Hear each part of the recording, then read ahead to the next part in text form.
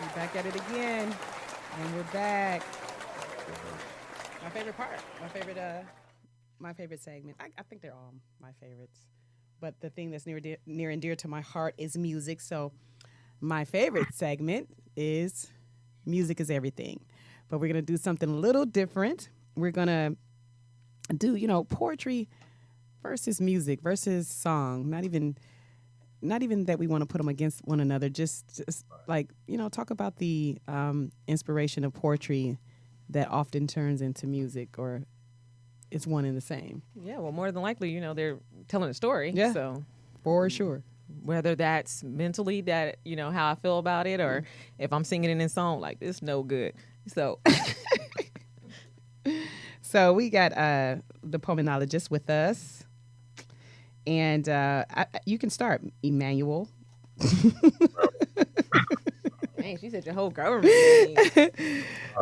You can start. Um, I just wanted to talk to you about your journey as a poet. Just really quick, what was the first? When was the first moment that you realized that you were a poet? That like, hey, I'm actually good at this thing. Well, yeah, so that's the difference. The difference is when I started versus when I recognized that I do have a talent and a gift Mm-hmm. for poetry. Um, I've always been into creative writing since we was kids. Mm-hmm. Um, you remember I used to want to be a cartoonist. I don't know if you remember that. I remember you used to draw. Yep. Yeah, but I couldn't draw for shit. I don't know. No, I couldn't draw. I couldn't draw. I could. I mean, I could draw, but I mean, I could try, but I just wasn't good as I should have been to be Right. an artist. Uh, Right. and so, but I knew that I could write. I always knew that English was my favorite subject. I've always been a big fan of creative writing. I'm gonna throw a name out there. It's gonna surprise a lot of people if they know who the name is. But when I was little, or when I was younger, when I was in middle school, I used to go to the library and get these books by Judy Blume. Mm-hmm. I don't know if anybody knows who I she is. remember Julie Yes. Bloom. I love Julie Bloom. Yeah. Yeah. And that's what really made me fall in love with words, Mm-hmm. actual words, Mm-hmm. period. Um, and then as I got older, as certain situations happened, I started to let it manifest. But however, I ended up having felonies. I ended up going to jail a few times. Mm-hmm. This was a long time ago before I turned my shit around.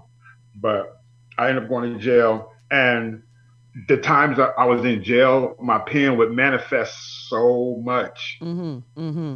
I mean, it even got to the point where I had to write to feed myself.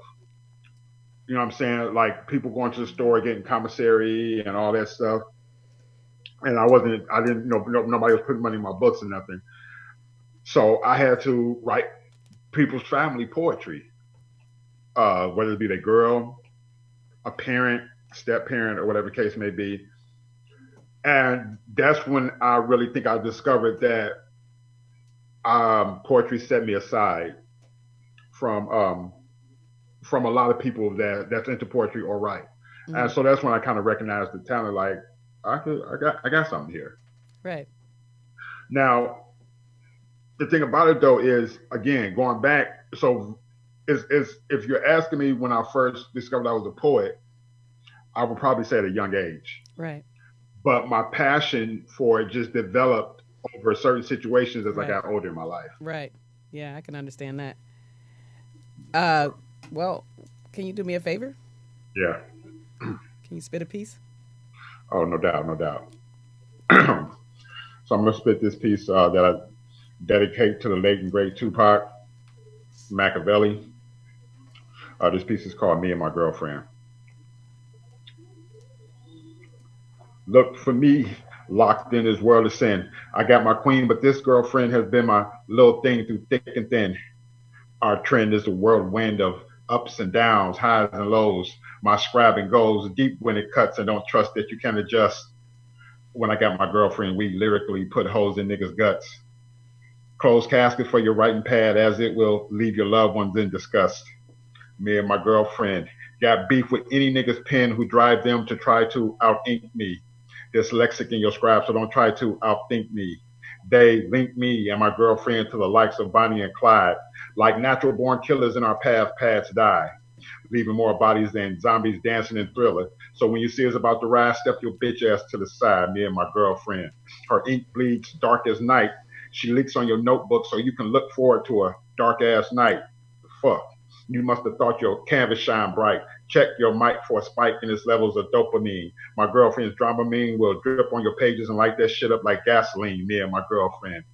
Am I sinning with my penning? Bitch, I might be. My ink is slightly 666, so even those who died on the crucifix at times don't like me. One night we started at age 8 or 9. About age 15, left you for a life of crime. Bitch, nigga, damn me out. Behind them walls, you climbed out on time. Kept my mind from wandering about. Instead of stalling out, I used my clout with you to put a drought to my hunger pains. My belly got fat because of the soul food you was pouring out, me and my girlfriend. I love finger fucking you. All of a sudden, the seduction of my linguistics has got you busting, leaking all over my pad, constructing artistic combustion. I went down a path of destruction, hustling and thugging and beefing with brothers. You let me know through my flow I could put different types of hoes in motherfuckers. That's when I rediscovered I got this love for you. You may be just a bick, but when I pull off the tip and play with your clit and make you spit that dilly shit, a paintbrush couldn't fuck with you, me and my girlfriend. I love that you never leave me alone. Your ink spills so strong. We drop hieroglyphics more lethal than black and chrome. We pop niggas in the back of they dome with this baritone delivery, sending algorithms through your hard drive and erasing your memory. I investigate your emails like your name was Hillary, but I don't snitch. I just hit delete on your bitch ass soliloquies, me and my girlfriend. My trigger squeeze will blow out your knees. I'll let you breathe because I don't murder. But if I hear a murmur behind my back, I'll turn around and spray paint your whole canvas like I'm a Silver Surfer. Nigga, my girlfriend. Word up, we stay turned up. Network is 6G. Use your phone right about me and watch your whole display burn up. Ashes to that trapper keeper trash. My pen is HIV. You just got injected discreetly like Suge did easy. Now you only got like 6 weeks to last. And when you pass, me and my girlfriend will return to the scene of the crime. Bring our own fucking chalk to draw your outline. I don't pop caps, but I'll drop my pen cap on your corpse so all your followers know it. You just got bodied by an erotic poet, nigga, my girlfriend. Hey.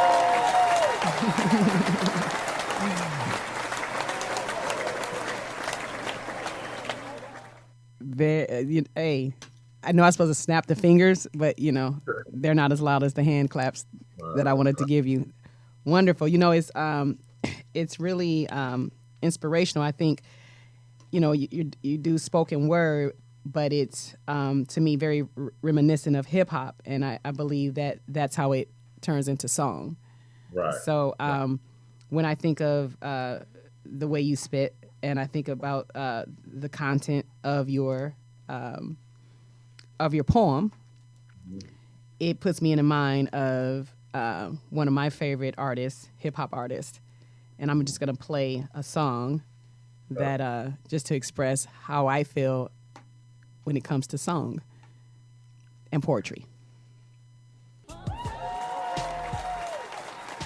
So that was a poetic inspiration for me. So it inspired me to write this song. I wrote an answer to it. It was back in the 90s, and it was called Test Me. Let's hear that. That's a throwback.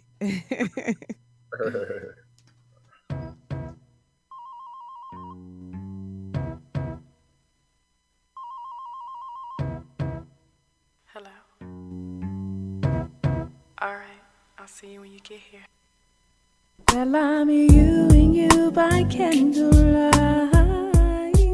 and your body looks so smooth.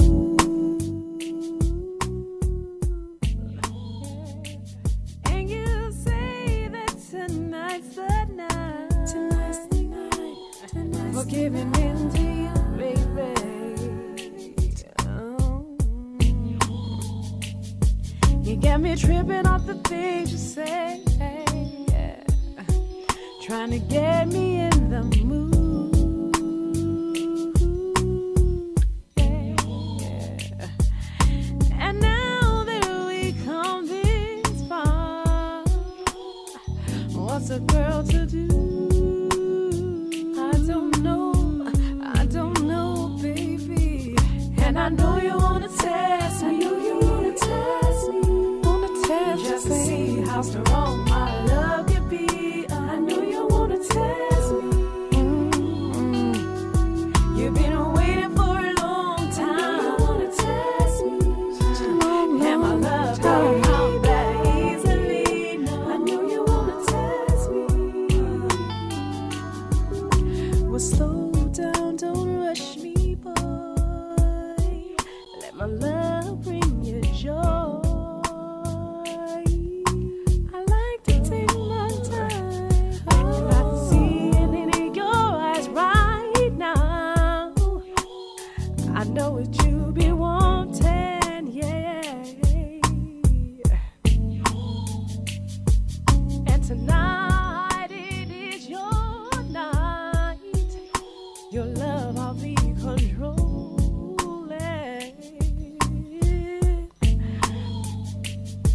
And tonight I'm gonna make it right. I'm gonna make it right. And I'm not gonna put up no fuss or fight. No.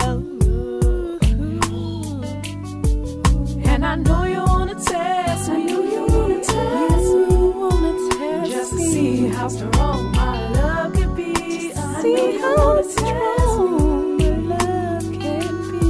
You've been waiting for a long time. I know you. And my love don't come back easily. No, I know you wanna test me. No. I know that you've been waiting on me. And all that my love is supposed to be. I'm glad that you have come home. Now my mind's at ease. I'm laying my head on your chest, knowing that you are the best. Now that my man's in the house, I can rest. And I'm viewing you by candlelight. By candlelight, yeah. You say that tonight's the night. Tonight's the night. You got me tripping off the things you say, baby. You don't have to worry. And I know you wanna test me. I know you wanna test me. Say it again, just to see how strong my love can be. I know you wanna test me. Say it again. You've been waiting for a long time. I know. And my love don't come back easily. No, I know you wanna test me. And I know you wanna test me. I know you wanna test me. Just to see how strong my love can be. Test me, you wanna test me. I know you've been waiting for a long time. You wanna test me. And my love don't come back easily. No, I know you wanna test me.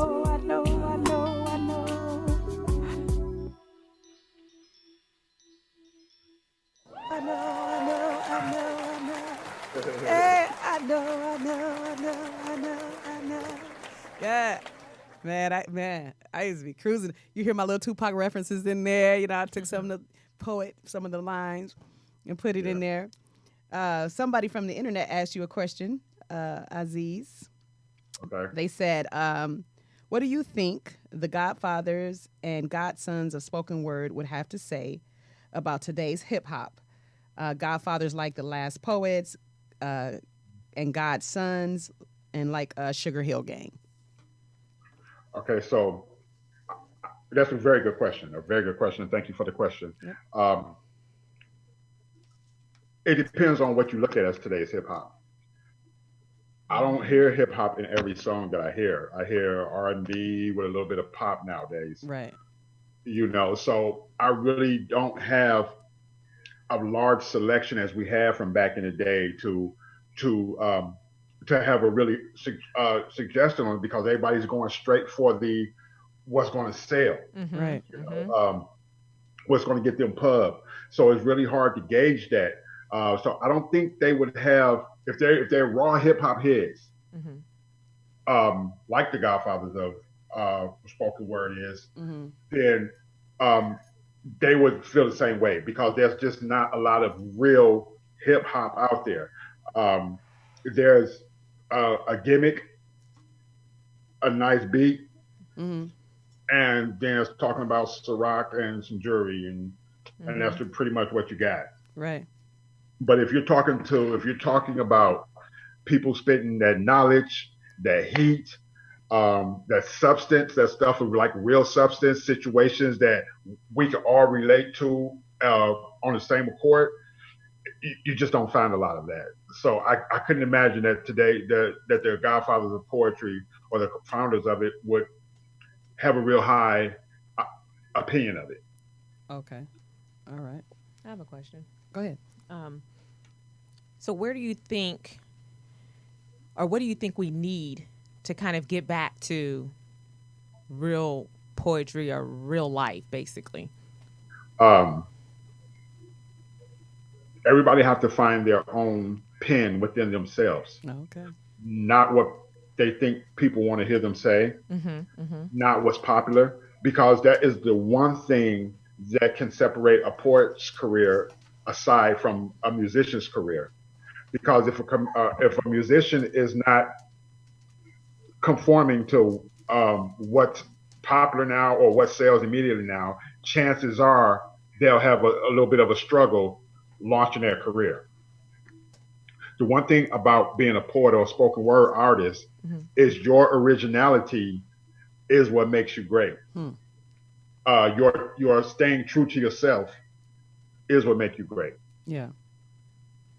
Yeah, I feel like that's a huge difference. Like in R&B or just the music world versus hip hop and poetry. Like the whole thing about poetry, especially, is like authentically yourself. Being authentically yourself. Like the more you can bring yourself to the stage or to the mic, the better poet you tend to be.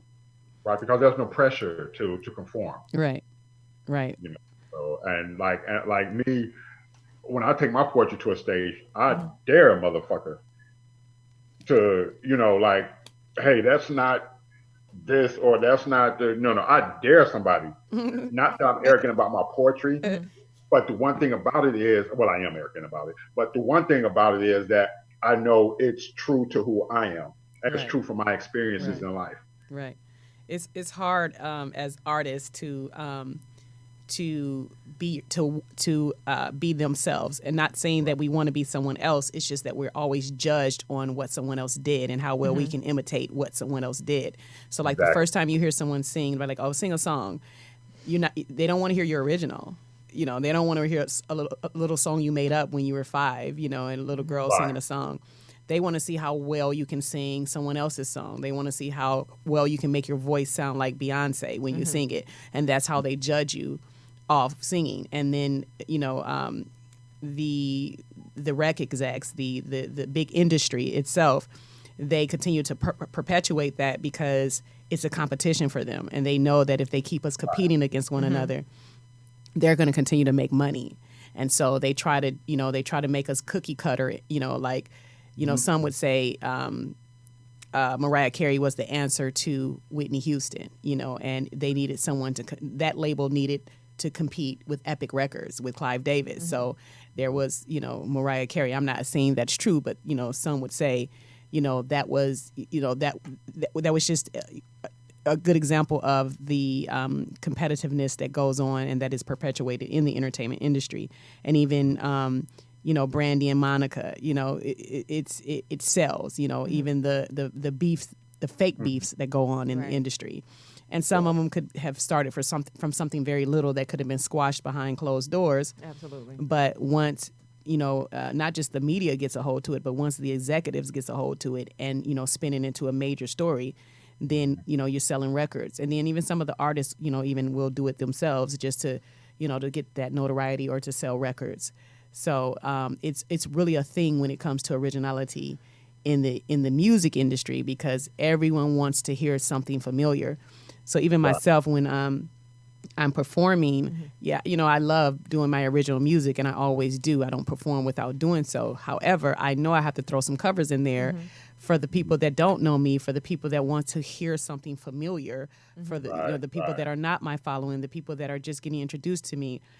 It's funny the way our ears work. They want to get introduced to me by hearing me sing someone else's song, and then they go, "Oh, that girl can sing," But Like I've been singing. I Okay, was got just you. singing like my own stuff, like Right, right, what about right. my own stuff, But so just just the difference in that and that freedom, that you guys have as poets and hip hop Yes, artists. yes, the So freedom. as a poet, You can't underestimate that. oh, I'm sorry, baby.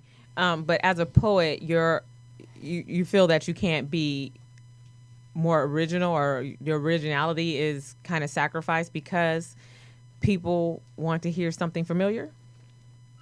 In poetry, no, I never feel that in poetry. Okay. So do you have places where people can go, or even you as a mentor go to express themselves, but with their original pieces? Absolutely, and the poetry community, no matter where it's at nationwide, that's what they're looking for. We will accept that, no matter what. So, I mean, I would suggest to anyone who's looking to get into practice of expressing themselves in front of crowds, in front of people, to look at your local open mics. That's how I started. The first thing I ever done was an open mic. Okay. So, go to your local open mics. And the thing about it is, and I hear this from a lot of poets, not just me, you're your biggest critic in poetry. So you may write a piece and you're not sure how people are going to handle it. Right. And then you go perform it, and your reaction will be like the people, like you won't even understand the reaction you got. Like, wow, I didn't think they would accept that. But the thing about it is, I always say this, there isn't any wrong poetry. Poetry is exactly what it is that you feel a need to address in your piece at that moment. Absolutely. So an That's dope. actual poet is going to accept your truth. And then, I mean, if it is your truth. Now, Absolutely. the one thing about poetry, if you do bullshit it, if you do like try to come at poetry in a way that's not in your personality, Right. you're going to fall on your face. Well, You know, you know what? Before you go, can you tell them, Aziz, about this big festival of poets that's happening in Vegas and that you're involved in? Yes. So I am being featured this year in the Black Poetry Cafes Fest Out West. It's going to be in Las Vegas. It's an annual fest, but I believe he said this is the last year. But Mark Goggins, if you want more information, you can get with myself, Deidre Subliminal Hatcher, or Mark Goggins, or Melissa Ellis. But it's the BPC Poetry Out Fest. It's one of the biggest poetry fests around right now. The host hotel is the Treasure Island Hotel on the Strip in Las Vegas. There's no fee to get into the actual venue, so you don't have to pay to get in. September the 10th through the 13th are the dates. Well, I'm sorry. What were the dates? September the 10th through the 13th. Okay. And how do they get that information? Because I know you said Treasure Island in Nevada, but Yes. how do they get in contact with somebody? Do you have a phone number? Yeah. or- So Mark Goggins, he's and Melissa Ellis on Facebook are the organizers, Okay. or they can inbox me, or at Aziz Pulmonologist Robinson on Facebook, or the Pulmonologist on Instagram, Okay. and I'll get them all the details they need. Cool. And will there be music there too, of course, right? That's going to be everything. These fests are so huge. It's family. I'm not saying family like kids, but it's like family. It's a family feel to it. Okay. Yeah, because I'm trying to I get rid mean, of some that's kids. You know? They trying to come with Some of kids. the people that's going have been going for years. Okay. Most of them has been in Atlanta or somewhere on the East Coast or whatever. So I couldn't make it, Okay. but I found out about this one.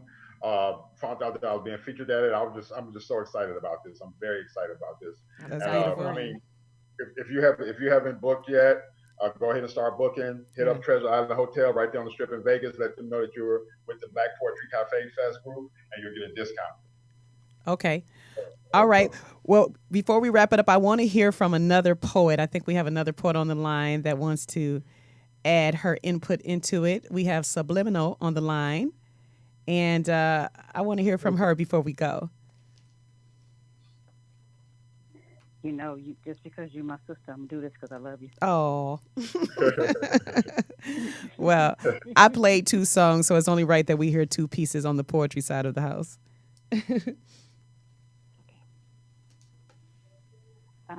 I just wrote this last night. Don't have a title for it, so here it goes. Oh, in the rough. Wonderful. Whispers off of the lava tongue created a tsunami craving. That's been the rules, maybe. Tell me your deep, darkest pleasure, and I'll be your sexual presentation. Can I execute your thoughts? Say what's on your mind. Just speak the words, unapologetically raw. I'll give your body everything it wants and needs, satisfaction guaranteed, letting you ride this moment. While in my mind, your mouth dance is so sublime. I love when he lets his fingers do the walking and his tongue do the talking. Mixing erotic juices, saving the tone, twinge of anticipation, filter the silent room, balancing the situation. Hot damn. Exposing your glory, I salivate. Wondering just the tip, or should I indulge every inch? It's hard to resist the way your pre-cum trickles on my lips. Velvety, intensified sensation in my mouth delights me with pleasure. Maybe I need more than one piece tonight.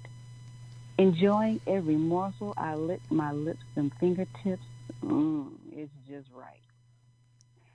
Captivating, passionate intimacy, every moment was magical.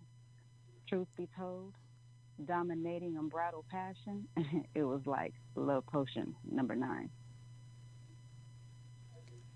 I'm gonna need a fan. Yeah. It sounds like a song to me. It sounds like it could be a song too, like poetry, music. I don't think there's much difference, except you guys seem to be a little more free than we are. Right, exactly. I don't know if they're gonna play that on the radio. They'll play it. Now, they playing some. They gonna bleep out every. But You it was know- beautiful. But what are they playing on the radio? Like, they're actually playing like, They're playing some garbage. what Cardi B, she fucked with me and get some, I fucked them, then I got some money. Like, they're already doing that. So, like, what? They probably can't understand what she's saying. Okay. Well, she said it. No, I'm just saying. I love you, girl, but they probably Don't be trying to take it back. They probably like, oh, she didn't say that, and then it's too late. They already done played it. You know what? This has been a pleasure having you, Dr. Cologne. Thank you for having 90 me. seconds. Yeah, we gotta get out of here. It got so good to us. We just kept going. Thank you, Aziz, for being the co-pilot. Thank you for having me anytime. Thank you, Subliminal, for coming on and blessing us with the piece. Very good piece, both of you. My name is Amira the Songstress. You can find me anywhere at Amira the Songstress. And remember, stay focused, baby. Hello, you guys. It's me, Amira the Songstress. And you've been tuned into 2020 Vision. I'd like to thank you guys for chiming in with us. I love all your support. But remember, subscribe and also ring that bell so that you can get notifications when we upload a new video. And remember, stay focused like 2020 Vision.